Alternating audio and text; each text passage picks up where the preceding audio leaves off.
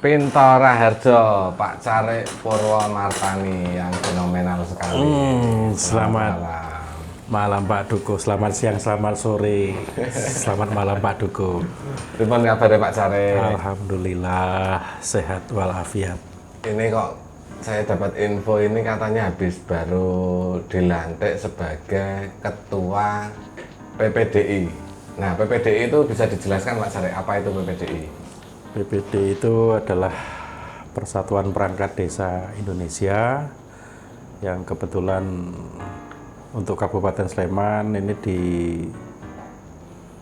dibentuk pada Musda pada tanggal 20 November tahun 2021 dan kemarin sudah dikukuhkan oleh Ketua PPD Provinsi Daerah Istimewa Yogyakarta oleh Mas Johan Hendry yang kebetulan adalah Carik Tridadi. Carik Tridadi juga ya? Iya, Tridadi Sleman. Sama-sama Carik juga ya? Iya, itu.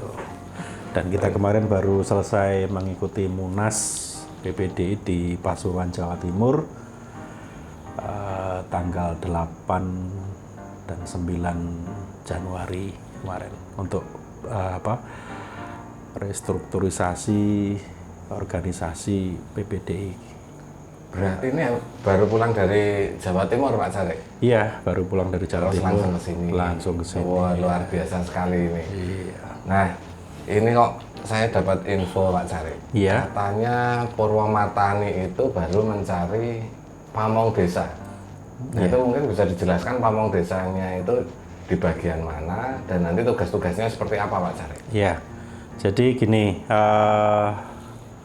memang kita lagi mencari pamong untuk menggantikan Pangripto yang selama ini dijabat oleh Pak Anjar Laksono, nanti yang akan purna tugas di tanggal 28 Februari tahun 2022. Namun demikian dari Pak Lurah, Pak Haji Semiono selaku Lurah Purwomartani ini sudah mensosialisasikan, kemudian sudah memberitahukan kepada yang bersangkutan bahwa pada tanggal 28 Februari tahun 2022 ini memasuki purna tugas, sehingga sesuai dengan peraturan daerah Kabupaten Sleman tahun 2019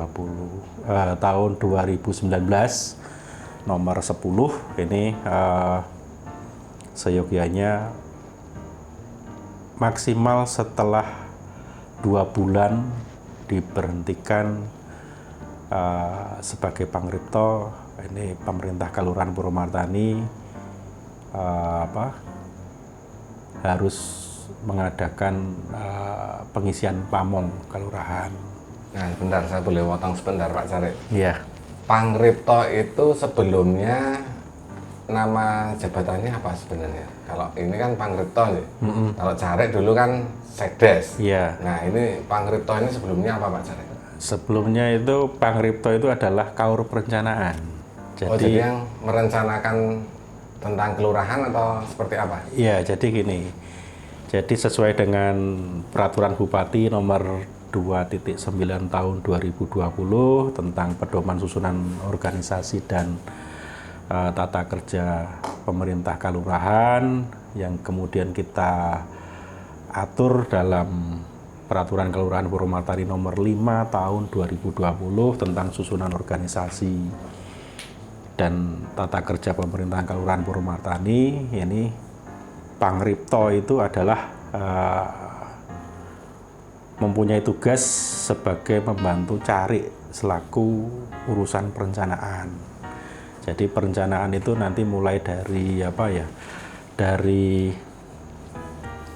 fungsinya itu pertama mengkoordinasikan penyusunan rencana kelurahan, rencana kerja, pembangunan kelurahan, dan rencana pembangunan jangka menengah kelurahan. Kemudian ini ya sebentar Pak Carik. Iya. Tugas Pangripto itu juga tidak mudah juga nggih? Iya. Jadi memang benar-benar harus orang yang mumpuni istilahnya. Betul. Nah, makanya kami di Sekretariat Kelurahan, saya sebagai yang sekarang kalau namanya cari ya, kalau dulu sekretaris desa itu kan dibantu oleh 3 kaur. Jadi kaur perencanaan, kaur keuangan, kemudian kaur umum, yang sekarang sudah berganti sesuai dengan nomenklaturnya karena undang-undang keistimewaan. Ini untuk Pangripto ini sebutannya adalah untuk kaur perencanaan itu disebut dengan Pangripto. Kemudian kaur keuangan itu disebut dengan Danarto. Kemudian kaur tata usaha dan umum itu disebut tata laksana. Nah, kebetulan ini Pak Anjar selaku Pangriptonya Kelurahan Purwomartan ini udah purna ya. Purna besok tanggal 28 Februari tahun 2022. Iya. Ini menarik sekali bahwa sekarang Purwomartani itu memang benar-benar menerapkan tes itu sesuai dengan kemampuan masing-masing. Dan saya sendiri sebagai Duko yang pernah tes di Purwomartani, saya merasakan sendiri bahwa tidak ada soal titip menitip. Iya, betul. Karena dulu banyak yang mengatakan bahwa tidak hanya di Purwomartani Pak Sari, di beberapa desa itu kalau ingin menjadi pamong itu bisa titip. Nah, saya sendiri sebagai saksi, dulu saya menjadi Duko juga tes. Nah, kira-kira seandainya di Purwomartani ini ada yang menitipkan melalui mungkin dari Pak Care atau mungkin dari pamong lainnya, itu kira-kira bisa nggak Pak Care? Tentunya tidak bisa ya. Jadi kita sudah diatur dalam peraturan daerah Kabupaten Sleman tahun 2019. Jadi Perda nomor 10 tahun 2019 tentang tata cara pengisian dan pemberhentian perangkat desa. Nah, di situ kita juga mempunyai tugas bahwasanya untuk pengisian pamong ini nanti dilakukan dengan tahapan penjaringan dan penyaringan. Nah, penjaringan ini seperti apa? Nah, penjaringan ini adalah nanti kita mulai dari sosialisasi, kemudian penerimaan pendaftaran, ya, kemudian seleksi administrasi. Nah, itu bagian dari satu penjaringan. Nah, kemudian penyaringannya bagaimana? Penyaringannya adalah ketika seseorang itu sudah memenuhi syarat secara administrasi untuk dapat masuk dalam tahap penyaringan itu, nanti pemerintah kelurahan itu mempunyai kewajiban untuk bekerja sama dengan salah satu perguruan tinggi yang minimal akreditasinya adalah B. Nah, ini kenapa? Karena di dalam Perda nomor 10 tahun 2019 itu menyatakan bahwa pengisian pamong itu syarat sahnya adalah bekerja sama dengan salah satu perguruan tinggi yang minimal terakreditasi B, itu untuk menyeleksi dari bakal calon yang mendaftar sebagai pamong kelurahan. Nah, di situ tesnya itu nanti adalah di perguruan tinggi yang pengujinya ini adalah dari tim dari perguruan tinggi, sehingga kita tidak akan menitipkan soal, menitipkan ini jagoku, itu tidak. Artian desa tidak bisa turut campur untuk menentukan pemenangan siapa. Betul. Jadi kita juga memilih ya. Iya, jadi kita betul-betul murni. Ya. Jadi artinya kita itu memilih universitas yang betul-betul berkompeten, kredibel juga, dan secara transparansi untuk nanti melakukan ujian di perguruan tinggi itu. Jadi nanti ujian di perguruan tinggi itu nanti kami betul-betul kami pasrahkan kepada perguruan tinggi. Kami tidak ada istilahnya main mata kan gitu ya. Jadi yang luar biasa sekali. Kami ingin betul-betul mencari bibit, bebet dan bobot pamong kelurahan ke Purwomartan ini supaya apa nanti outputnya itu hasilnya pun juga mendapatkan pamong yang terbaik.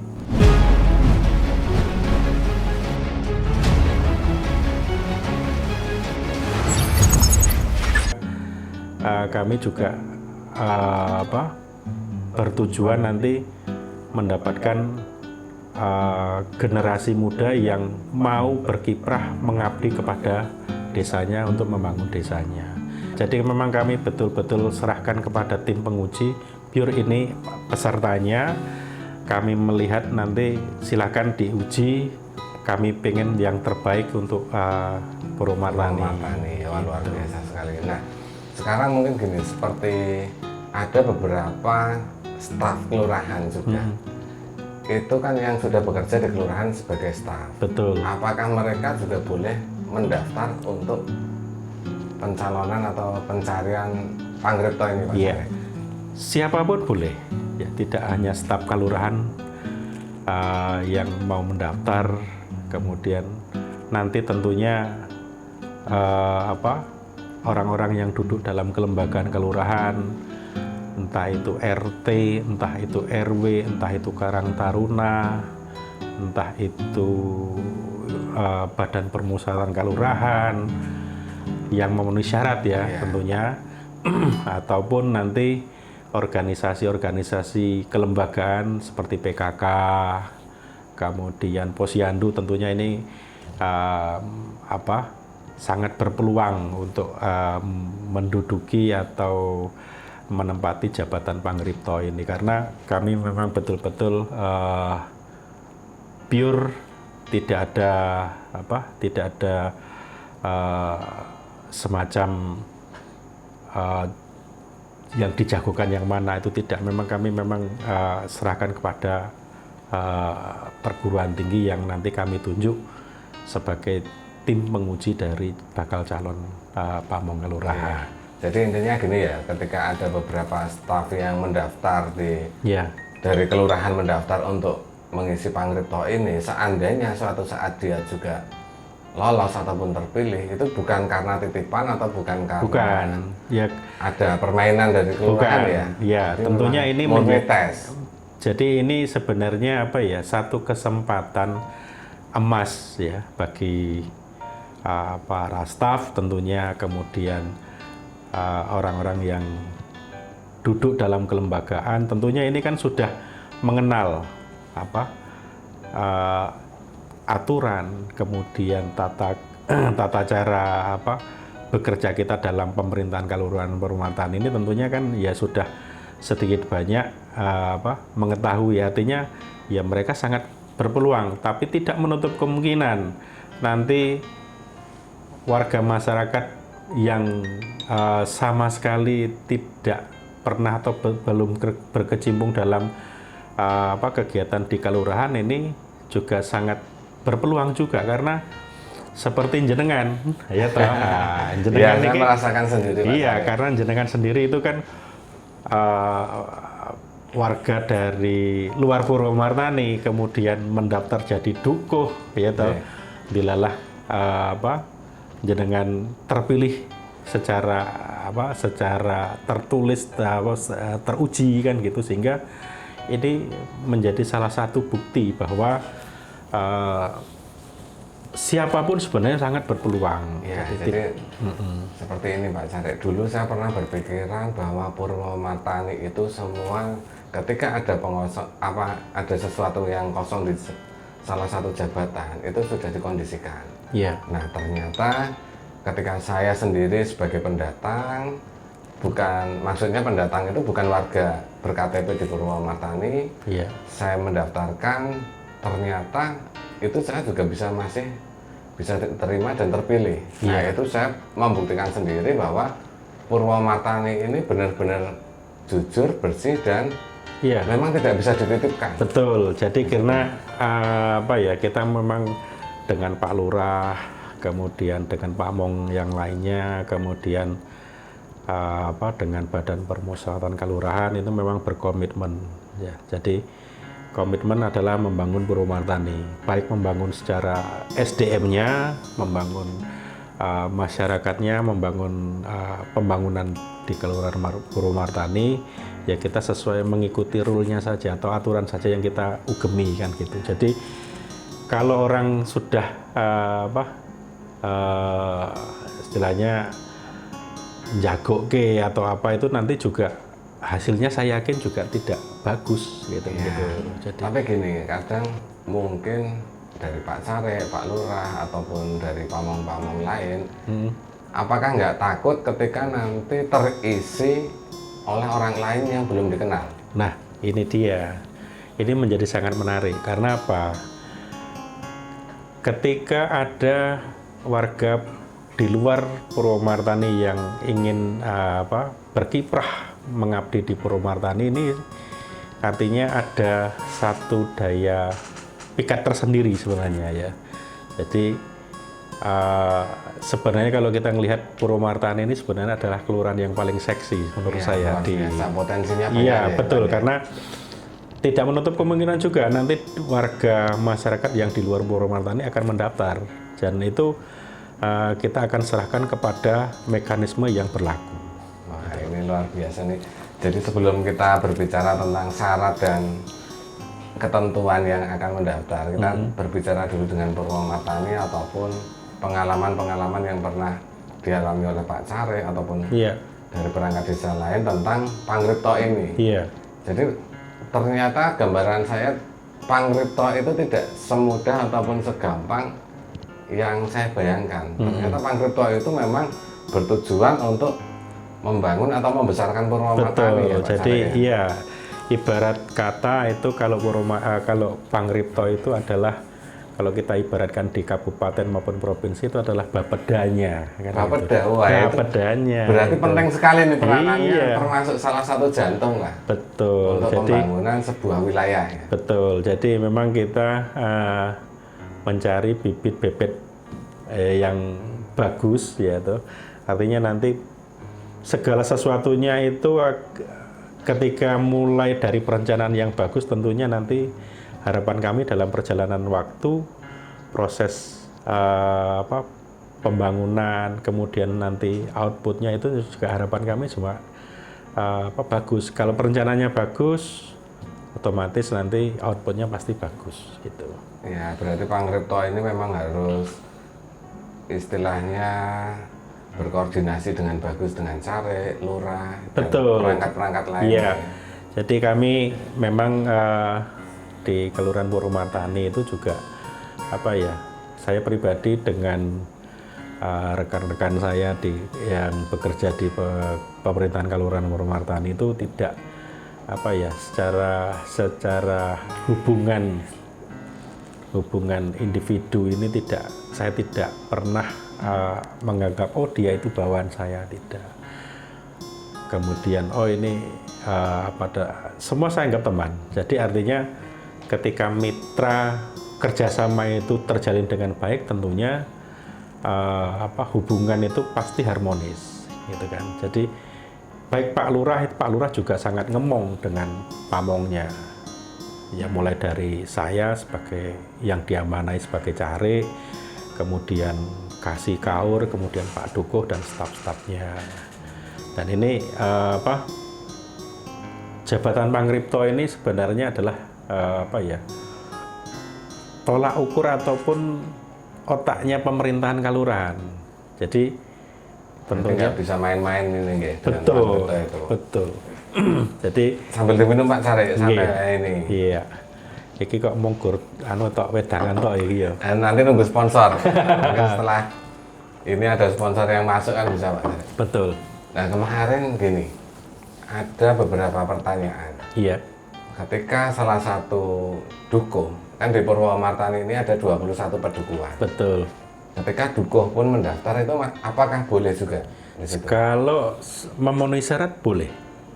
Artinya berarti BPD pun ataupun bagian-bagian lain tetap bisa nggak? Boleh, sesuai dengan syarat dan ketentuan. Artinya kan ketika mendaftar tentunya umur minimal adalah 20 tahun saat mendaftar, kemudian maksimal 42 pada saat mendaftar. Oh, ada minimalnya? Iya, jadi ketika nanti ada staf pamong ya, ataupun dukuh ya.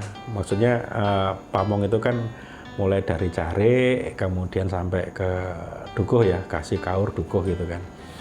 Nah ini ketika nanti mendaftar berminat untuk mengisi jabatan Pangripto ini, tentunya itu mempunyai syarat. Pertama adalah umurnya memenuhi syarat atau tidak.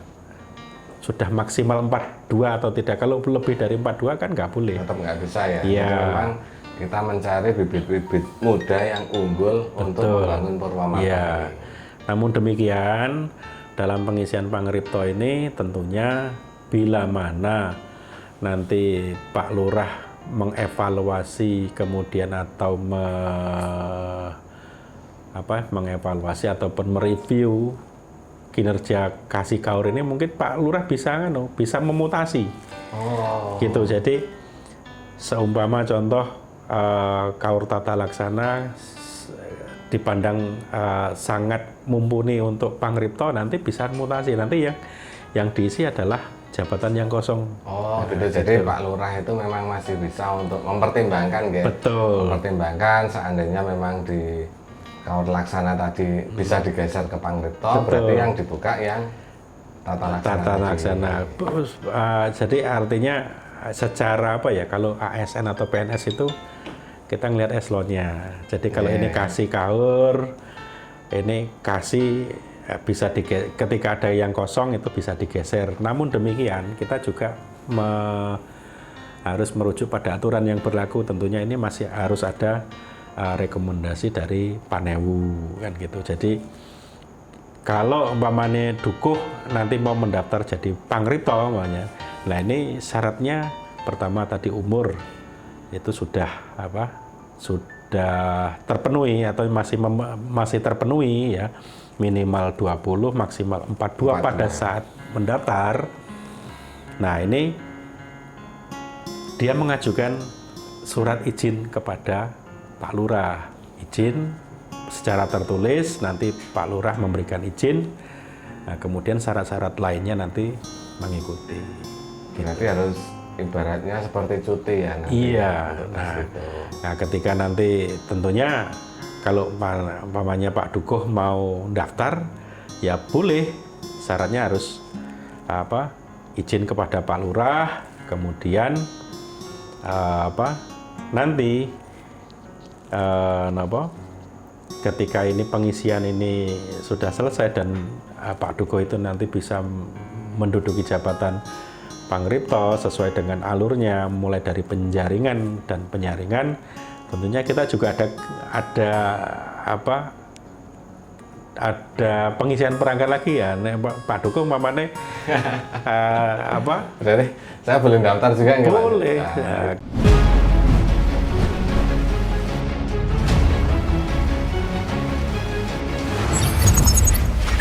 Nah, jadi gini, berbicara tentang Pangripto ini, pendaftaran Pangripto, kita kan pasti nanti ada tahapan-tahapan. Iya.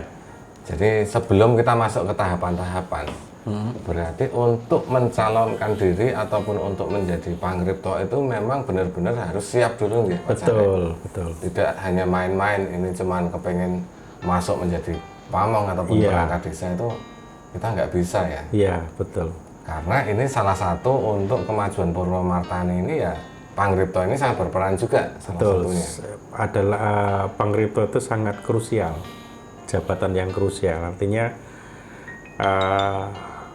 otaknya pemerintahan itu sebenarnya ada di Pangripto. Malah Pangripto ya? Pangripto.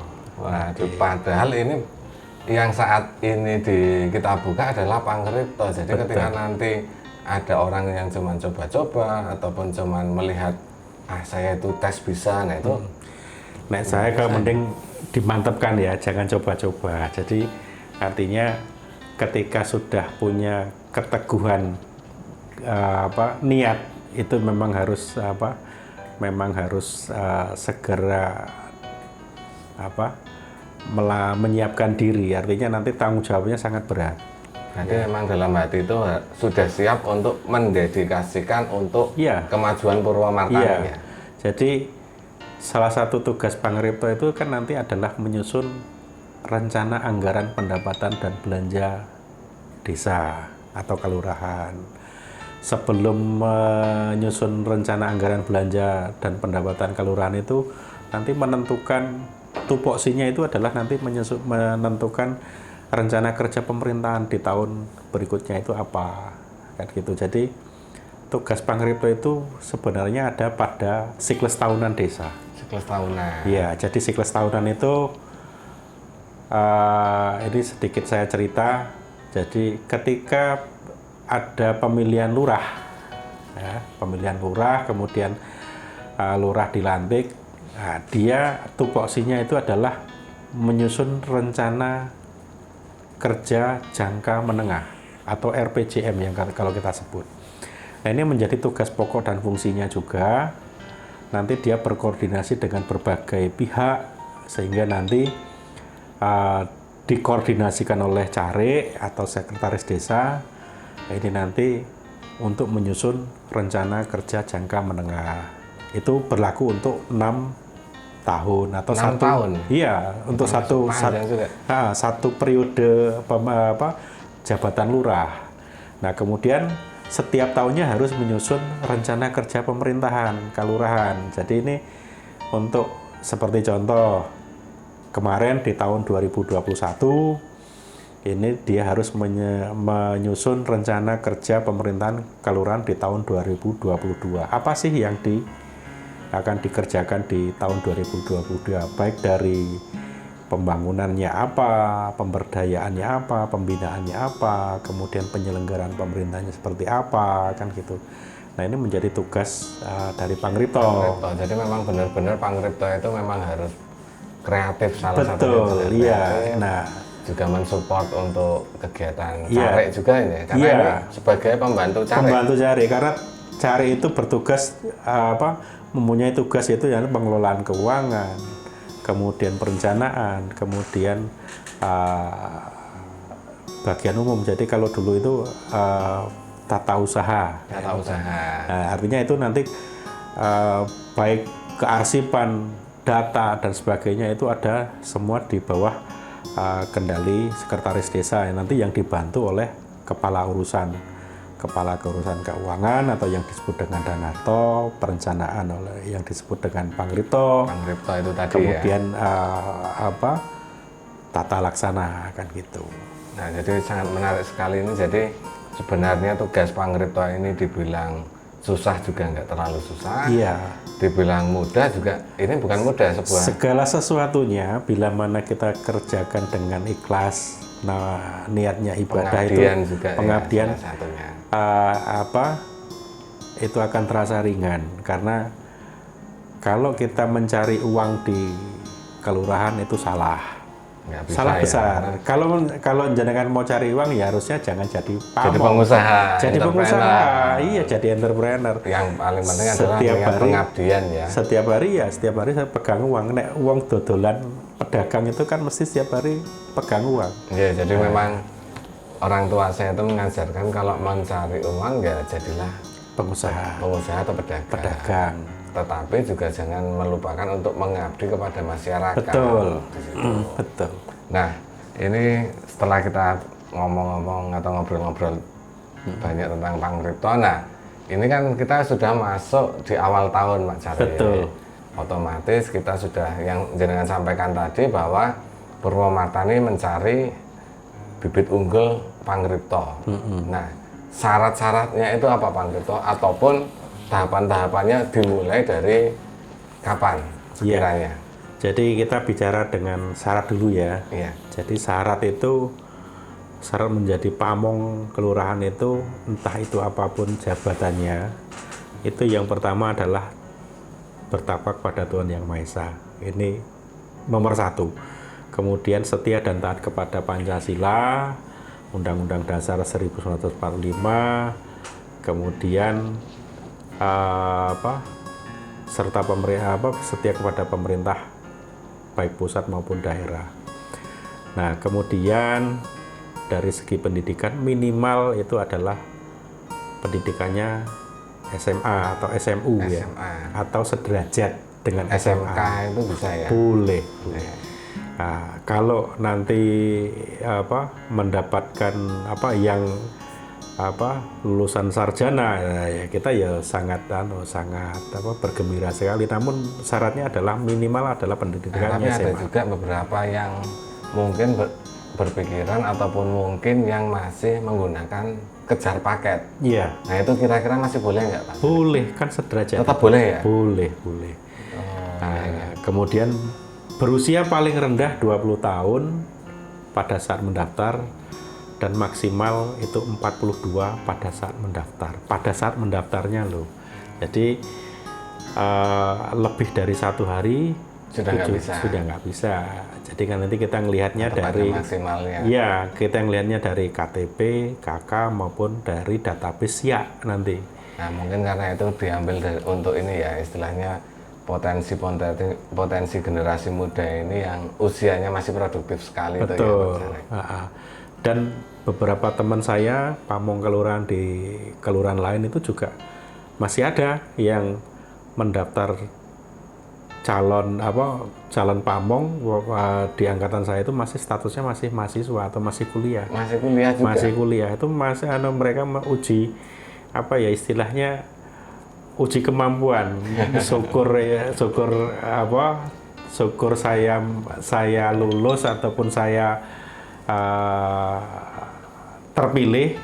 Kalau enggak pun ya enggak masalah. Tapi alhamdulillah teman-teman saya yang statusnya masih mahasiswa atau masih sekolah di perguruan tinggi ini banyak yang lulus. Banyak yang lulus. Nah, iya. Sekarang gini Pak Sarek, ya ini seperti pengalaman beberapa teman saya, ada yang bertanya tentang masalah ijazah. Itu kan kadang ijazah SD-nya ataupun SMP itu kan udah nggak tersimpan ataupun lupa naruhnya di mana. Iya. Nah, apakah itu perlu ataukah pentingnya ijazah mulai dari tadi SD ya? Iya. SD, SMP. Jadi syarat yang kita syaratkan ya, sesuai dengan Perda nomor 10 tahun 2019 untuk tentang tata cara pengisian perangkat desa maupun pemberhentian perangkat desa ini salah satunya adalah ada ijazah SD, SMP, SMA yang dilegalisir oleh pejabat yang berwenang atau ijazah terakhir. Jadi kalau ketika dia itu sudah lulus kuliah, sudah menyandang predikat sarjana, ini nanti ya ijazahnya mulai dari SD, SMP, SMA, ya. Harus legalisir berarti ya. Tapi minimal SMA. Jadi kalau ditanya kalau ijazah SD-nya nggak ketemu atau hilang, seperti apa? Biasanya kan seperti itu. Nah, ketelingsut istilahnya kan seperti itu. Ini menjadi nanti ketika seleksi administrasi tidak lulus. Tetap tidak sah ya, ya karena tidak memang sah. aturannya mulai dari SD, SMP, SMA. Mungkin kalau yang lulus kuliah ya. Iya, betul. Kemudian juga sehat jasmani, rohani dan bebas dari narkoba maupun zat aditif lainnya dibuktikan dengan surat keterangan dokter pemerintah.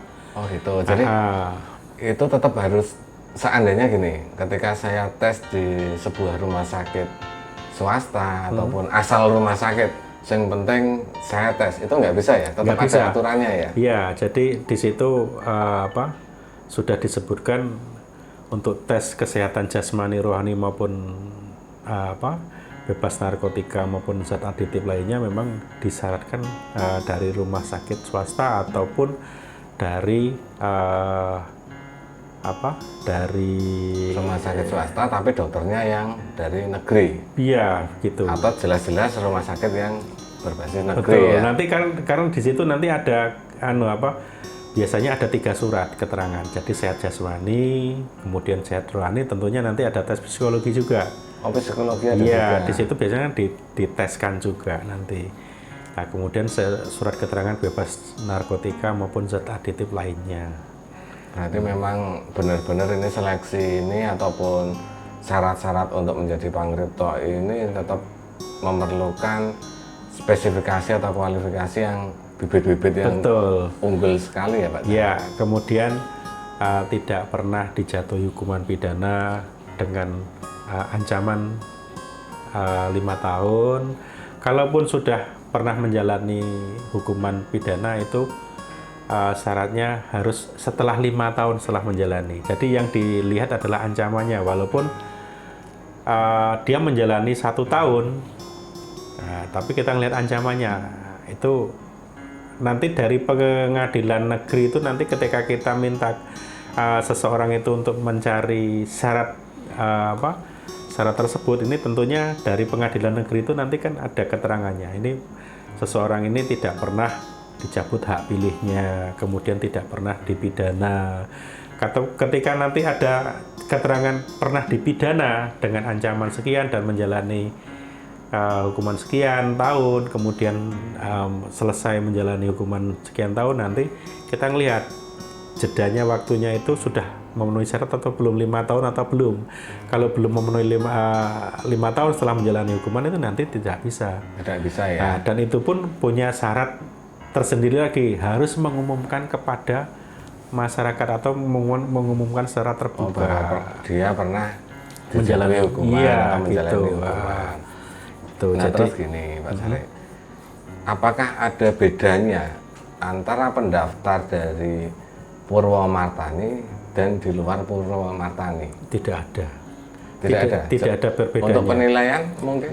Tentunya ini nanti yang membedakan adalah nilai lokalitas.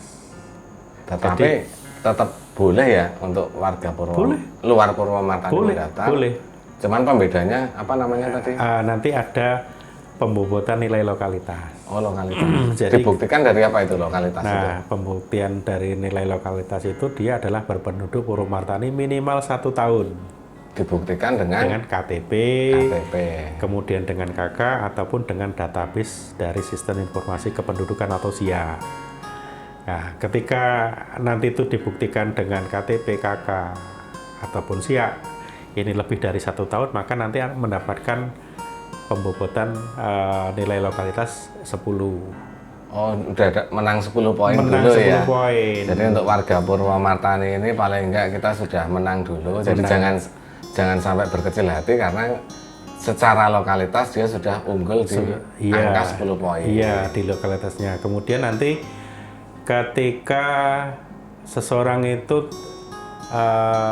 pernah bekerja di pemerintahan kelurahan Purwomartani, itu juga nanti kita ngelihat dia berapa lama sih. Oh, itu ada lagi pembedanya ya? Iya.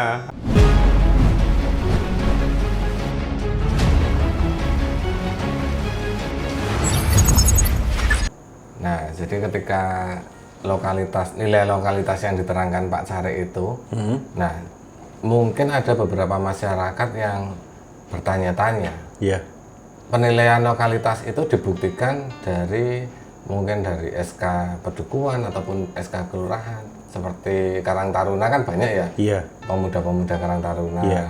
Nah, itu gimana Pak Sari? Ya, jadi nilai lokalitas itu tadi ya, selain penduduk yang ber-KTP Purwomartani, kemudian juga ada pengalaman kerja ataupun sedang bekerja pengabdian di lembaga kelurahan.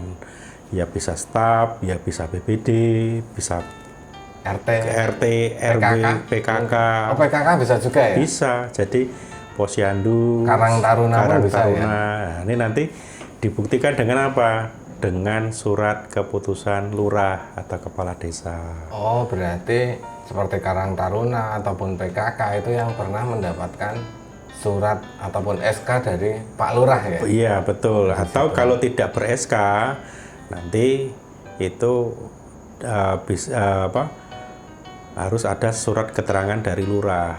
Kalau dulu di sebelum 2018 itu memang seperti lembaga kelurahan itu seperti RT RW memang belum kita SK-kan. Nah, ini nanti pembuktian itu nanti kepada Pak Lurah. Jadi nanti ada surat keterangan dari RT mulai yang dari sekarang RT, ya? RW Pak Dukuh itu nanti ini betul nggak sih pernah menjabat jadi RT. Kalau ketika ada keterangan dari berbagai lembaga itu tadi, mulai dari RT RW Pak Dukuh, kemudian Pak Lurah akan menerbitkan surat keterangan. Bisa untuk menambah poin Betul. pengabdian ya, Betul. selain Dan- poin lokalitas tadi. Dan nilai pengabdian ini nanti kita hitung berdasarkan berapa lama sih dia mengabdi di Tahunnya lembaga. gitu, yang Iya. hitung tahunnya. Jadi nanti ada 1 tahun sampai 2 tahun itu berapa? Oh, 2, tetap 3, ada poin-poinnya iya. Jadi ya. seperti contoh 1 tahun sampai 2 tahun itu nilainya 1 lokalitasnya, pembobotannya tetap 1. berbeda ya, Pak Iya. Sarek. Kemudian 3 tahun sampai 4 tahun itu nanti 2 nilai lokalitasnya. Jadi nanti sudah berKTP statusnya adalah penduduk berKTP Purwomartani lebih dari 1 tahun. Kemudian nanti ada dia mengabdi sebagai salah satu lembaga di kelurahan, RT RW. Kemudian RT pun tetap bisa ya. bisa. Pernah menjabat menjadi Pak RT itu tetap bisa mendapatkan poin lebih ya. Bisa. Makanya nanti ada tambahan nilai lokalitas baik dari dia sebagai penduduk Purwomartani atau bukan, kemudian pengalaman mengabdi di lembaga kelurahan. Jadi kalau warga di luar Purwomartani yang bukan penduduk Purwomartani yang berdasarkan KTP, KK dan lain-lain itu nanti tidak akan mendapatkan nilai lokalitas. Ya. Namun demikian Jadi menjadi pembedanya di situ. betul. Ya, Pak Sarek. Namun demikian tidak menjadi halangan ataupun pesimis ya. Karena itu nanti mulai dari hasil tes atau ujian di perguruan tinggi nanti diakumulasi dengan nilai lokalitas tadi. Jadi nilai lokalitas ini tadi tidak menjamin bahwa seseorang itu juga nanti bisa mendapatkan skor tertinggi. Tidak dari hasil tesnya itu nanti. Iya, nanti hasil tesnya itu berapa, kemudian nilai lokalitasnya berapa. Jadi akumulasi dari 2 penilaian itu. Ya, jadi tentunya tes pun dari perguruan tinggi itu memang benar-benar tesnya memang sesuai dengan apa yang kita cari ya Pak. Betul, iya. Termasuk mulai dari praktek, Iya. kemudian dari komputer pun juga harus bisa. Iya, juga jadi ya. nanti tes yang diujikan itu nanti berupa pertama tes akademis ya, mulai dari tes kemampuan akademis, kemudian tes keterampilan ya. Nah, keterampilan itu yang mungkin ada yang penasaran Pak Sarek tentang apa aja keterampilan. Nah, keterampilan ini nanti adalah praktek komputer, minimal Office dia menguasai, kemudian bisa mengoperasikan surat elektronik ya. Itu Karena minimal memang basic. sekarang eranya baru era Iya, digital betul. ya Pak Sarek. Eranya digital, kita juga harus mengimbangi, mengikuti zaman yang serba dinamikanya ini berubah-ubah. Kemudian nanti ujian keterampilan itu nanti ada pidato ataupun presentasi ataupun memimpin rapat. Nah, itu Termasuk memimpin rapat juga dites juga ya. dites juga, iya gitu. Berarti ini memang benar-benar nggak sembarangan untuk Betul. mencari Panggripto yang Iya. unggul untuk Desa Iya. Purwomartani. Karena nanti gini, ketugasan dari Pamong itu tentunya berhubungan dengan masyarakat, ya. Oh gitu ya. Ya, jadi nanti segala sesuatunya tentunya ketika kita mendapatkan disposisi dari lurah ataupun dari manapun dari instansi vertikal di atas kelurahan itu nanti ketika ada rapat atau dan sebagainya, ada pertemuan atau sebagainya itu nanti juga Tetap bisa untuk memimpin rapat juga betul, ya. iya. Kemudian nanti ada Termasuk tes. dari dispo dari caleg juga. Betul, bisa juga. Nanti ketika nanti Pak Lurah mendispo saya, kebetulan saya tidak bisa Dan Pak Sarek baru hadir juga ada atau nanti tugas bisa saya dispo lainnya ya. lagi. Iya gitu.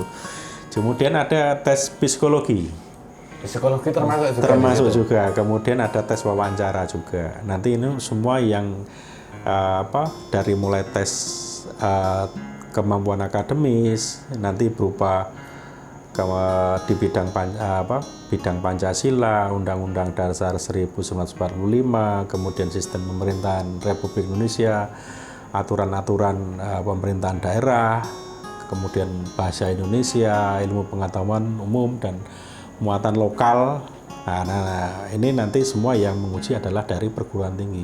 Dan Jadi muatan peran serta dari kelurahan untuk membisiki istilahnya ya dalam tanda kutip gimana caranya jago-jagonya untuk titipan itu tetap tidak bisa tetap ya? tidak ada. Jadi memang semua pure kita serahkan kepada perguruan tinggi. Kita ngertiinnya hasil dari tes itu sendiri. Nanti tentunya dari perguruan tinggi yang pernah kita ajak kerjasama, tentunya dia tidak akan mengetahui ini jabatan apa sih nanti yang Mau diisi ya? diisi. Artinya dia hanya menggur ngetes ini TPA-mu dapat berapa, tes keterampilanmu dapat berapa, ilmu pengetahuanmu dapat berapa, kemudian wawancaramu dapat berapa. Nah, nanti di situ ada tentunya ada skor-skornya. Jadi nanti akumulasi dari semua itu nanti berapa.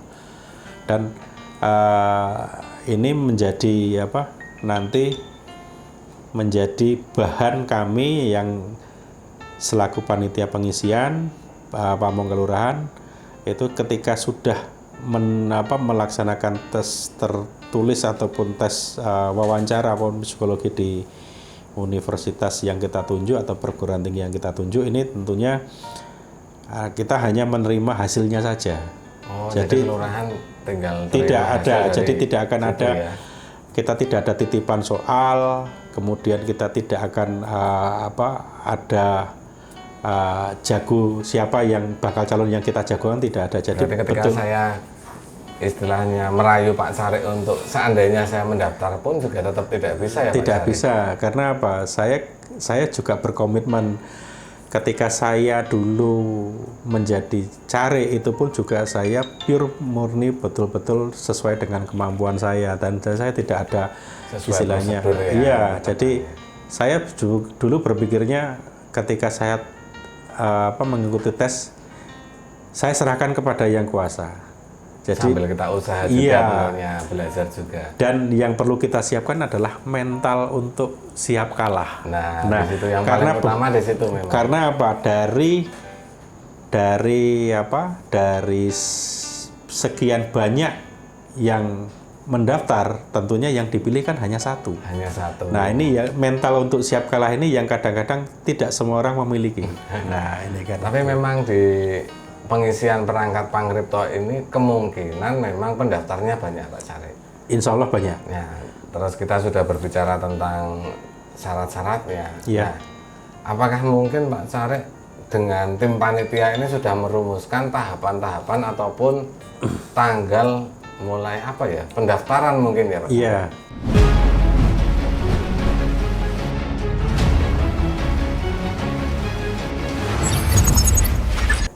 Jadi kita juga sudah menyusun tahapan dari pengisian Pamong Kelurahan ini.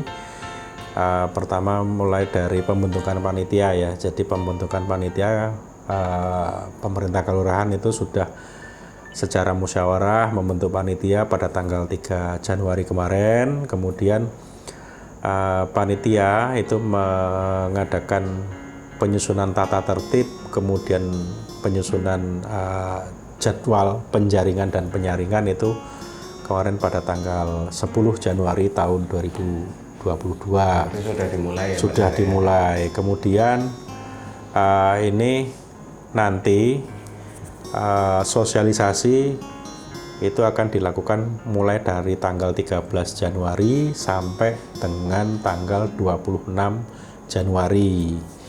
Kemudian sosialisasi itu nanti kita bisa melalui media sosial, kemudian melalui Pak Duko untuk artinya kita mobile ke 21 Bedukuan itu. Kemudian nanti kita juga menyebarkan semacam pamflet di papan informasi yang tersebar di 21 Bedukuan.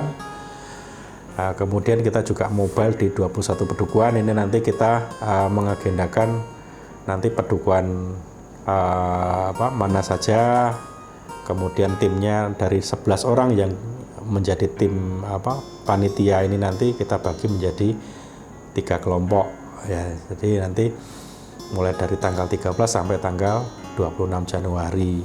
Nah, setelah itu mulai pendaftaran itu mulai kita buka pada tanggal 27 Januari sampai tanggal 8 Februari pada jam kerja atau jam pelayanan. Nah, jam pelayanannya sampai jam berapa? Nah, jam pelayanan ini mulai dari jam 8 sampai jam 12. Jam 12 ya?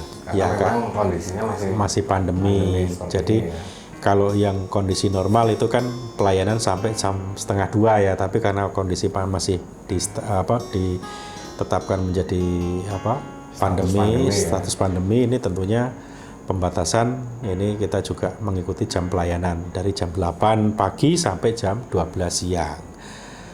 Kemudian ini bila mana nanti terjadi kurang dari 2, karena syarat untuk menetapkan bakal calon itu minimal 2, Pak. Minimal 2 orang. Nggak bisa. Tapi mudah-mudahan tidak ada perpanjangan waktu. Tapi kemungkinan memang di Purwomartani ini antusiasnya tinggi, Pak. Sangat tinggi. Saya yakin nanti melebihi ekspektasi kami. Mudah-mudahan. Jadi semakin banyak yang mendaftar, artinya itu menjadi tolak ukur ataupun menjadi keberhasilan dari sosialisasi tersebut. Itu memang sangat seru sekali nih. Betul. Nah, nanti setelah pendaftaran, harapan kami tidak ada perpanjangan waktu. Nah, ini pendaftaran ini kan 9 hari kerja ini. Jadi mulai dari tanggal 27 Januari sampai tanggal 8 Februari. Kemudian seleksi administrasi nanti akan kami lakukan dari tanggal 9 Februari sampai dengan tanggal 15 Februari.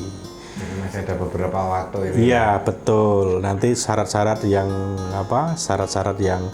harus dilengkapi untuk segera dilengkapi, dan kami mohon pada para bakal calon yang akan mendaftar nanti untuk bisa mendaftar di awal-awal pendaftaran. Jangan sampai mepet-mepet di kalaupun ada kekurangan kan masih bisa ditolerir selama masih dalam masa pendaftaran. Nah, kemudian nanti pada tanggal 15 Februari kita menetapkan bakal calon.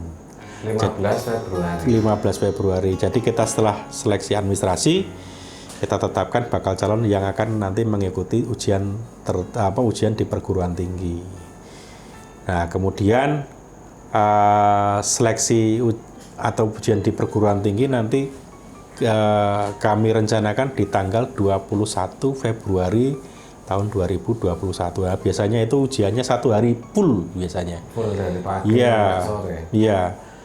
Itu biasanya full biasanya. Jadi karena banyak materi yang harus diujikan, kalau nanti ada banyak yang antusias yang mendaftar, tentunya ini juga semakin panjang. Ya, jadi ketika nanti banyak yang mendaftar kan suasana ataupun euforianya kan berbeda. Betul. Lebih menyenangkan, Pak. Betul. Nah, kemudian setelah seleksi ujian di perguruan tinggi, nanti hasil ujian dari perguruan tinggi kami umumkan setelah ujian perguruan tinggi pada langsung hari itu juga. Jadi nggak ada istilahnya hasil nginep itu nggak ada. Nggak ada permainan juga. Nggak ada. Ya. Nah, kemudian di 1 hari berikutnya pada tanggal 22 Februari nanti kami mengumumkan nilai pengalaman ataupun lokalitasnya. Oh, yang tadi dibicarakan. Iya, betul. Nah, itu nanti kita umumkan. Kemudian pada hari itu juga kita mengumumkan hasil penyaringan. Jadi kita soundingkan antara hasil ujian di perguruan tinggi dengan hasil lokalitas. Nah, ini nanti setelah itu nanti kita di tanggal 23 Februari kita tanggal 24 Februari nanti kita menyampaikan hasil penyaringan itu kepada Pak Lurah. Dan Pak Lurah itu nanti memintakan rekomendasi kepada Panewu pada tanggal berikutnya. Jadi nanti yang direkomendasikan adalah peringkat 1 dan peringkat 2. Gitu. Jadi masih memang ada pertimbangan. Iya, kenapa kok seperti itu? Ngawekane nek peringkat 1 mundur ataupun dia Jadi antisipasi ya Pak. Iya, supaya tetap ada yang nanti bakal terlantik gitu. Iya. Nah, nanti setelah itu ada penetapan, kemudian ada pelantikan. Biasanya pelantikan pamong itu di kalurahan. Iya, nanti yang melantik itu nanti Pak Lurah ataupun pejabat yang ditunjuk oleh Pak Lurah gitu. Nah, jadi setelah kita ngobrol panjang lebar ini Pak Sari, Iya. mudah-mudahan nanti untuk pengisian Pangripto ataupun Pamong ya, Iya, Pamong Kelurahan ini untuk Purwomartani benar-benar terpilih dan terisi memang bobot-bobot yang berkualitas untuk memajukan Purwomartani. betul. Harapan kami juga generasi muda yang masih memenuhi syarat baik dari segi umur, kemudian segi dari pendidikan, seyogianya kami menyarankan untuk mencoba atau jajal kesempatan ini, karena kesempatan itu biasanya tidak datang dua kali. Yang paling penting adalah niatnya untuk membangun Purwomartani Pak. Betul, karena ini gini Pak, Pamong Kelurahan itu nanti masa purna tugasnya itu kan sampai umur 60 tahun. 60 tahun. 60 tahun. Kesempatannya masih sangat panjang sekali ya. Betul.